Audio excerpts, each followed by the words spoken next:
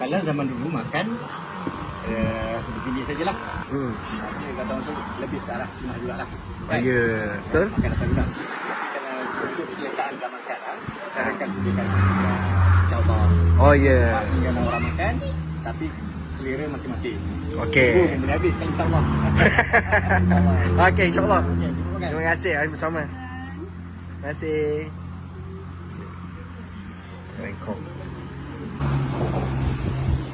Assalamualaikum Ji. Waalaikumsalam warahmatullahi. Saya nak nasi ambeng ayam mengkong. Si ambeng ayam mengkong. Ayam mengkong tu apa sebenarnya? Ayam mengkong tu biji nasinya memang luas lah. Tapi ayam mengkong bukan satu ayam sekor. Oh. Bahasa Jawa. Bahasa memang luas. Ayam mengkong tu sekor. Dia dibuat daripada mula tu untuk menyatukan. Oh. Satu orang tu ayam mengkong tu dibuat untuk hajat seseorang. Untuk hajat. Dia seseorang tu berhajat. Dulu lah. Dia akan cari ayam kampung. Ayam kampung yang kata tu baru timbul tadi. Kalau ada bahasa Jawanya, ayam tu boleh je.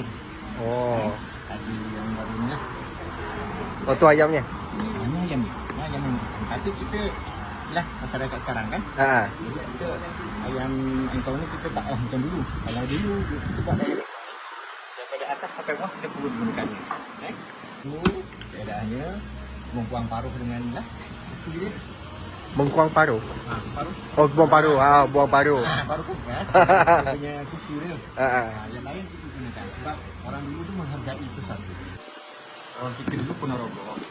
Ponorogo, okey. Jadi yang ni dia sini dengan tulis. Sebab satu kaum tu banyak besi dia. Okey, faham? Batu pahat lain mungkin, di Seromua tu lain. Pakai kecap. Kalau kita ni Oh, bukan 400. Okey. Oh, tu ada sambal goreng kicap, sambal goreng. Sambal goreng dia, ada mi goreng, Mi goreng pun taklah pelik-pelik. Ikan masin. Kita ada taruh ikan masin. Ikan masin pun kita ni ikan masin orang yang pertama tu. Orang kita buat. Orang kita usulkan. Ini masak apa ayam? Ayam, kita rempah tu rempah ukep lah.